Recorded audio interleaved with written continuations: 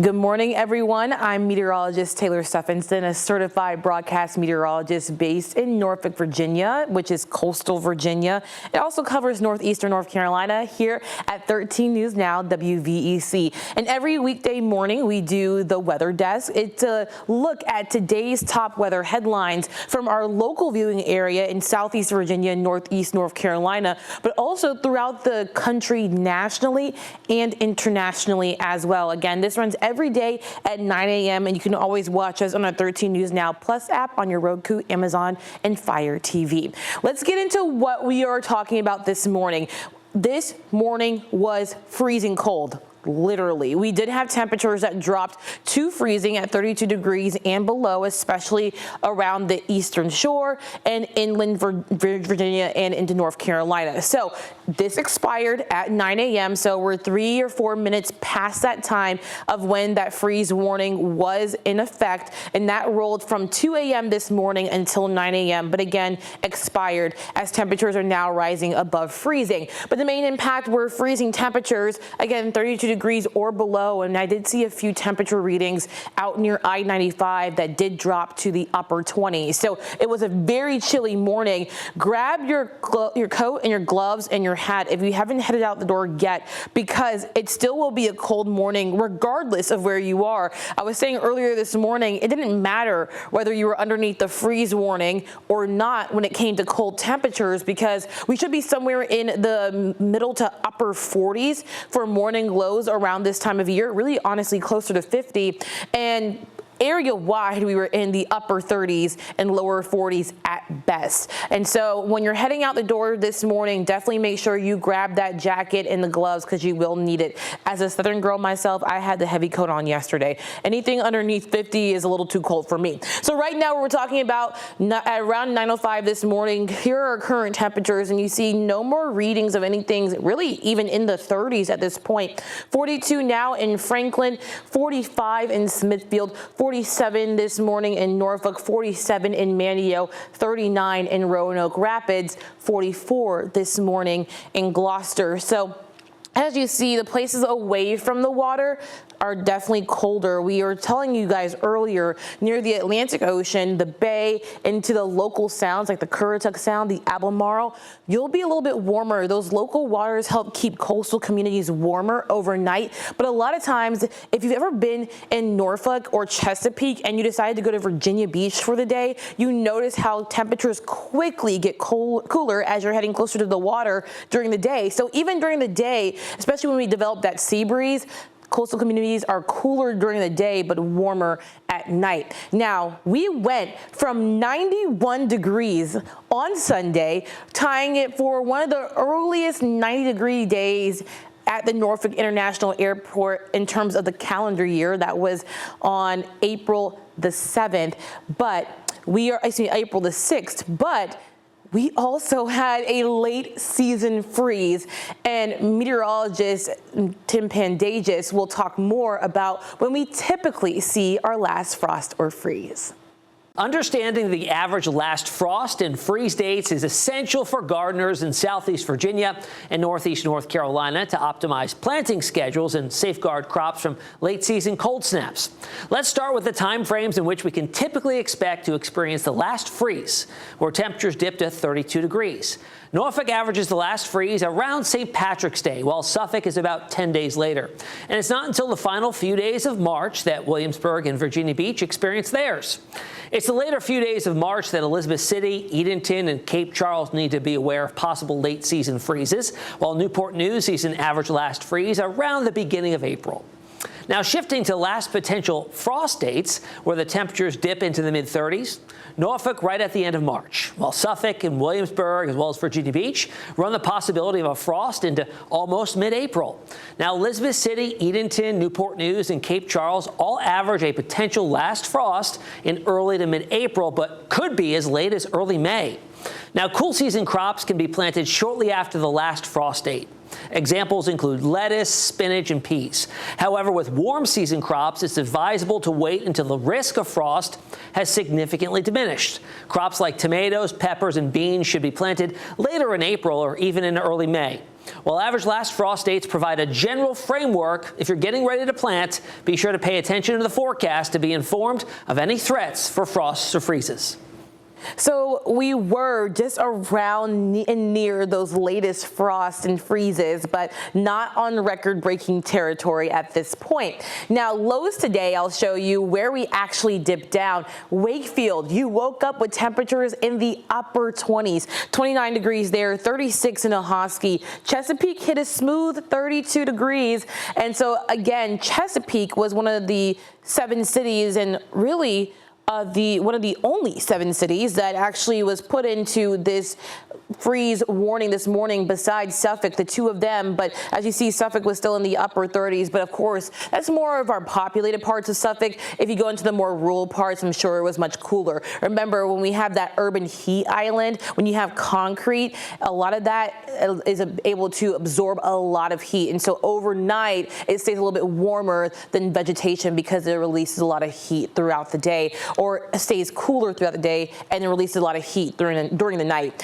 Upper 30s in Eatonton, 35 this morning in Williamsburg. It's cold, 32 in Newport News. So again, very, very cold. But again, around the immediate coast, ignore Currituck. That's a very extraneous number. But 42 in Virginia Beach, 28 this morning on Wobbs Island. And compare that to normal, 48 degrees where we should be for this time of year. So some places started off anywhere from 10 to 20 degrees colder than where we should be for an early to middle April day. Now, as we get throughout the day and we got throughout the night tonight, last night into this morning, we had a lot of radiational cooling, and I'll explain what that is. So radiational cooling is all about how the Earth releases heat throughout the night.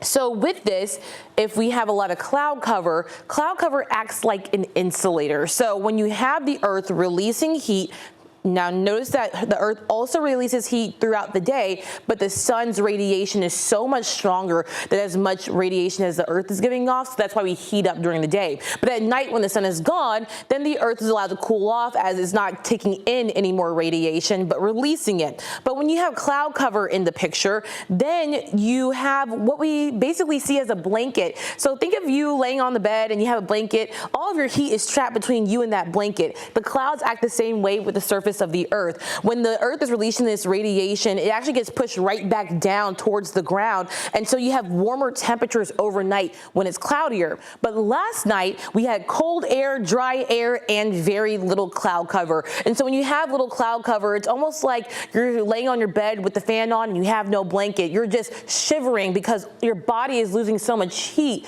because there's nothing to trap that heat in. Same with the Earth. As the heat escapes back into the atmosphere, it allows the Earth to really cool off, and that's what we call radiational cooling. Throughout the day, when the sun starts to heat us up, and especially during the afternoon and evening, during the peak heat, we call that radiational heating. So a little bit of science behind that. Now, the only problem when you get these dry conditions is that pollen spreads easily. And so we'll talk a little bit more about the pollen count in just a bit. So walking you through your dry, sunny day, temperatures will rise into the middle 40s over the next couple of minutes. And by lunchtime today, upper 40s to lower 50s. We'll be struggling to get out of the lower 50s this afternoon, especially for places around the coast. Inland, we will see temperatures in those middle to upper 50s. So a little bit warmer, a nice rebound after places like Emporia, even getting closer up to Richmond, started off in the upper 20s to lower 30s. So you're doing about a 20 to 25 degree temperature swing around I-95, but with a bit of an onshore flow, places around the coastline may stay a bit cooler today in the upper 40s to the lower 50s. Overall, though, area-wide will still be well below normal. Our normal high temperature is around 68 degrees. So we're going to be about 10 to 20 degrees colder than we should be on a typical April day, especially as we get into mid-April. So overall sunny, but just very cool. So definitely have the jacket as you're out and about today. But again, like I talked about earlier, dry conditions help pollen spread very easily. So today and even into tomorrow, extreme pollen counts are in the forecast for us for those trees. The main tree allergens will be oak, maple, and elm. Grass, weeds, and mold will not be in the picture. But I know for a lot of our Virginia people, your allergies may be kicking in again. And as bad as your allergies may seem, there are some other cities that have it way worse. Chief Meteorologist Tim Bandages is back with another look at the top 10 worst cities for allergies this year. Warm temperatures the last several days have really started to trigger some spring fever amongst folks here in Hampton Roads. Unfortunately, a symptom of the returning warmth is the start of spring allergies. Our annual allergy onslaught kicks off with the tree pollen ramping up right around now when we start to get bouts of warmer weather tucked in with all the cold. The peak for the tree pollen comes by mid-April. Next up is grass pollen, which quickly ramps up on the heels of tree pollen by late May and lingers through the later part of the summer. Now, mold has the longest tenure, seeing a steady incline beginning in early spring and lasting through late fall. Now, the cherry on top comes with that ragweed that makes itself known throughout our area by midsummer, but is very prevalent from late summer into the fall. Now, heading into this allergy season, here are some things you need to know. Tree, grass, and ragweed pollen thrive during cool nights and warm days. Pollen levels tend to peak in the morning hours, and rain does wash away the pollen. However, pollen counts tend to soar after that rainfall. This is because the raindrops can shatter larger clumps of pollen into smaller airborne particles. You can get your daily allergy report right here on all our weathercasts on 13 News Now this allergy season. I'm Chief Meteorologist Tim Bandages.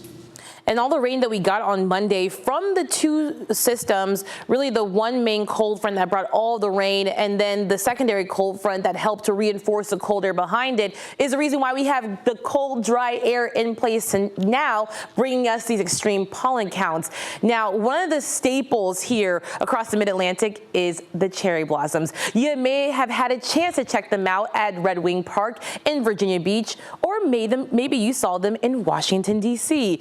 But did you know that climate change experts are predicting cherry blossom season may start sooner in years to come? Earlier, I took a deeper look into what the scientists had to say. Cherry blossoms are a staple across the Mid-Atlantic. In Virginia Beach, Red Wing Park hosts an annual cherry blossom festival. These Yoshino cherry trees are progressively blooming earlier. That's due to climate change. The use of fossil fuels over the past couple of centuries has released greenhouse gases. Those chemicals trap heat in our atmosphere, so the global temperature continues to rise. With warmer temperatures earlier in the calendar year, this triggers trees like the Yoshino cherry tree to bloom earlier. According to the Smithsonian Institute, the average Washington, D.C. cherry blossom bloom date moved up by 7 days between 1970 and 1999. From 2014 to 2019, peak bloom fell on or between March 25th and April 10th. Comparatively, since 2020, the blossoms have peaked on or before March 17th and March 28th. If global temperatures continue to rise, climate change experts predict that by the year 2100, cherry blossoms could bloom anywhere from a week to a month earlier than they are now. For 13 News Now, I'm meteorologist Taylor Stephenson. And I had a personal vendetta against this, I will say, because I went to Washington, D.C. literally on April 1st of this year, and I was like, oh my God, I'm so excited to see the cherry blossoms.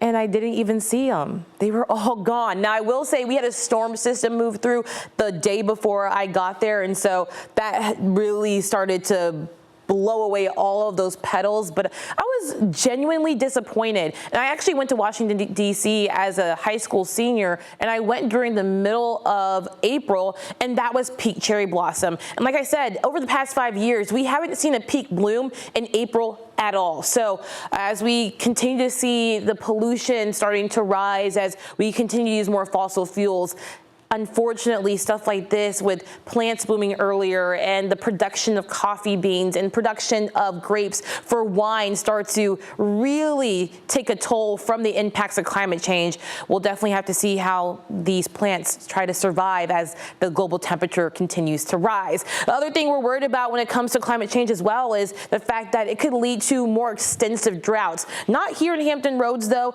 We will get our next drought update tomorrow. It comes out every Thursday. And we had a good soaking of rain on Monday from the system that brought us all those widespread storms, a few thunderstorms and severe ones at that, and the big cool down we have for this midweek. So we could see some of this drought maybe being pulled back just a little bit, helping to ease that as we picked up 1 to 3 inches of rain on Monday. But an exceptional drought, a moderate drought is in effect for Elizabeth City, Ahoskie, and Eatonton. No exceptional drought here on the map, but we have abnormally dry conditions through parts of the south side and into Accomack County, including Melfa and Chincoteague. Out to the west, just west of the I-85 corridor, all of this in the Piedmont is exceptionally dry conditions. But again, a lot of us in Virginia got a good soaking of rain on Monday, and we're expecting some more rain later this week. But after a relentless wildfire season in the U.S., scientists are looking for new ways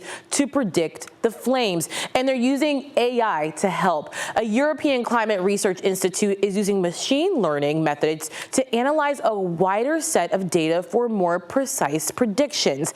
Historically, fire forecast used a method called fire weather index, which considered temperature, wind, precipitation, and humidity.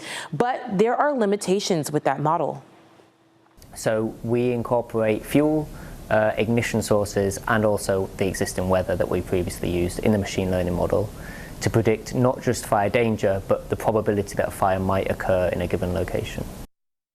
And so we are watching to see how the climate change is also affecting our short-term and long-term droughts, and also that wildfire season. While there are no active wildfires here in our area of Virginia and northeastern North Carolina, we have been seeing wildfires in parts of western North Carolina and western South Carolina. But spring and summer not only bring better weather, but it's also a time for celebrations like Easter, Passover, Juneteenth, Memorial Day. But gatherings of families and friends can also create a lot of waste, which goes right back into our thing of pollution and climate change. ABC's chief correspondent for climate, Ginger Z, has some tips for creating more sustainable holiday traditions. Now that spring has sprung, maybe you and your loved ones look forward to your annual Easter egg hunt, Passover Seder, Juneteenth gathering, or your first spring picnic or barbecue. All of these can be great reasons to get together with friends and family. But many of our gatherings also involve plastic. While single-use items like water bottles for a picnic or plastic utensils can be convenient, they can also take hundreds of years to break down in a landfill. Some even stick around as microplastics in our environment, which can end up in food and even in our bodies. We don't want our family gatherings to make the plastic pollution crisis worse. So I would avoid single-use plastic items. So use reusable dishes, reusable utensils. And you don't have to compromise your traditions to cut down on waste. There are plenty of sustainable swaps. Consider opting for wooden eggs for that Easter egg hunt. Or DIY your basket and fill it with shredded newspaper instead of that plastic green grass. I've noticed more and more that people are handing out gifts on Easter to little kids. Avoid something like this. This is a little adorable duck, but it's made from PVC, polyvinyl chloride plastic. I would really try to skip stuff like this. And if you want to give wonderful, meaningful gifts, give experiences, 2 hours of babysitting to the harried parents, or take the kids to the library or the playground for a few hours, or the movies. But avoid these darn little plastic toys that, kids get bored with, and they last literally for centuries. Making Passover dinner? Bring your own bags when you go grocery shopping, and look for plastic-free produce at your local market. And for all gatherings with food, ditch the single-use dishes. Consider asking your guests to bring their own containers for leftovers. And since you are surrounded by people you care about, and we all live on Earth, maybe celebrate our environment in addition to the holiday. Take the family on a nature walk or volunteer for a few hours at a cleanup. It could make a special day even more memorable. With this Climate Minute, I'm Ginger Z. Now we're going to switch gears just a little bit as we're only 53 days away from the official start of hurricane season. And here's your first look at the 2025 Atlantic storm names for this year. Doesn't mean we'll get through them all, but it's some names that we can tap into. Anywhere from Barry all the way to Nestor, Pablo, Windy being the last name on this list. Remember that we no longer use the Greek alphabet for the secondary list. We just have another list of names that acts as an alternative. Now, the 2024 season brought several powerful storms, leading to 3 of the names being retired because of the destruction they caused. But it's another powerful hurricane season and dangerous season on the way for us. Meteorologist Hunter Forrest gives us a closer look at this year's hurricane season forecast. Colorado State University has just released their first forecast for the 2025 Atlantic hurricane season. For an average season, we normally see about 14 named storms, 7 hurricanes, and 3 major hurricanes. But CSU this year is calling for a slightly above average season, with 17 named storms, 9 hurricanes, and 4 major hurricanes. They predict hurricane season will likely have above normal activity as La Nina conditions will likely transition to ENSO neutral conditions within a few months. Sea surface temperatures continue to be above normal, but not as warm as sea surface temperatures back in 2024. But with warmer than average sea surface temperatures plus ENSO neutral conditions, this can lead to more tropical systems forming in the Atlantic. So as we inch closer and closer to the start of hurricane season, it's always important to gather the supplies and tools necessary before we reach the start of hurricane season on June 1st. For 13 News Now, I'm meteorologist Hunter Forrest. So it's interesting to see that because that is above normal, but that's still a little bit less aggressive than what we had for last year. Thankfully, again, we still have about 53 days until hurricane season, but we are still in the midst of severe weather season. And we do have a threat, a very low end one, for severe weather this week. So let's talk about it. Tonight, temperatures will not be as cold as they were last night, so no more hard freezes for the foreseeable future. Not as cold, mainly clear temperatures tonight around the water in the lower 40s, so inland will make it to the middle 30s to upper 30s. Tomorrow will be much closer to normal. Again, our normal high temperature is around 68 to 69 degrees, and so we'll make it to the middle 60s tomorrow, milder with increasing cloud cover throughout the day, and that's ahead of our next system. These south winds from the southeast will be pulling in that warmer air, but they also will be breezy. Wind gusts tomorrow could be as high as 20 miles per hour. Now, walking you through your futurecast, and we can take this graphic full, thank you so much. Walking you through your futurecast, you can see temperatures on Friday morning start off very warm. We started off in the 20s and 30s this morning and 40s, and we're going to be starting off in the lower to upper 50s by the afternoon, by the morning on Friday. We'll have rain moving in during the late morning into the very early afternoon, and here comes those showers and thunderstorms. We can see wind gusts with this system ahead of those storms up to about 30 miles per hour, but we also have the chance for some severe thunderstorms, and I'll show you that area and that risk area in just a little bit. But temperatures on Friday afternoon can make it as high as the middle 60s to the lower 70s. So it will be a warm, breezy, but stormy afternoon for us. Rain continues through the evening time, but then the bulk of the storms starts to move offshore by about 7 p.m. Temperatures will start to drop with upper 50s and lower 60s by about 8 to 9 p.m. We'll have a few lingering showers through Friday evening, but good news is we'll clear out as we get back to the weekend. Now, overall, we'll see the severe weather threat mainly for northeastern North Carolina. We're talking a very isolated threat. This threat is super marginal or super low, and this is for Elizabeth City, Ahoskie, Eatonton, and the Outer Banks. The main threat will be gusty winds up to 60 miles per hour, but we also can't rule out, in this case, a little bit of hail. The good news is, though, there is not a tornado risk at this point for this area in the green. If you are not in the green color, so the Virginia side of the viewing area, then you are not under that risk for severe storms, but you still could see some run-of-the-mill spring thunderstorms, meaning some lightning, some thunder, maybe some breezy conditions, heavy rainfall, but the risk for severe weather is not there in coastal Virginia. Overall, we'll pick up on top of the 1 to 3 inches we got from Monday, another ½ an inch to an inch of rainfall, which will again help to alleviate a lot of that drought. Now for the weekend, again, we'll be seeing a lot of that rain tapering off very early, so we'll be partly cloudy by the afternoon. Temperatures starting off in the lower 50s, but after an afternoon on Friday in the middle 60s to the lower 70s, we'll only be back into the middle 60s at best on Saturday. So seasonably cool, partly cloudy, and then on Sunday will be even cooler, but will be dry, mostly sunny. Temperatures starting off in the upper 40s, right where we should be, and then highs just slightly below normal by about 5 to 10 degrees in the lower 60s. So overall, it's a really nice weekend, just not as warm as this past weekend, where on Saturday we broke the daily high record at 89 degrees on April 5th. And then on April 6th, on Sunday, this past one, we hit 91 degrees. So definitely about 30 to 20 degrees colder than your last weekend, but still, it's going to be a really pretty weekend to actually be outside. Temperatures after that will rise significantly. We're going to be in the middle 70s on Monday with a lot of sunshine, and upper 70s by Tuesday as dry weather continues. But one of the things that we're thinking about here at 13 News Now is how the Weather Service may be impacted by federal cuts. After the Trump administration's job cuts, nearly half of the National Weather Service forecast offices now have a 20% vacancy.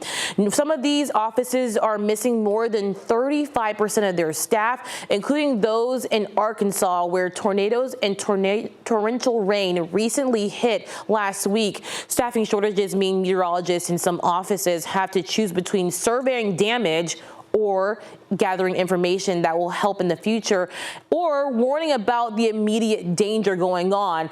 The Weather Service is also no longer providing language translations, a change that experts say could put non-English speakers at risk of missing potentially life-saving warnings about extreme weather. And now a turn to a new National Geographic documentary that is offering a groundbreaking look at the Titanic shipwreck.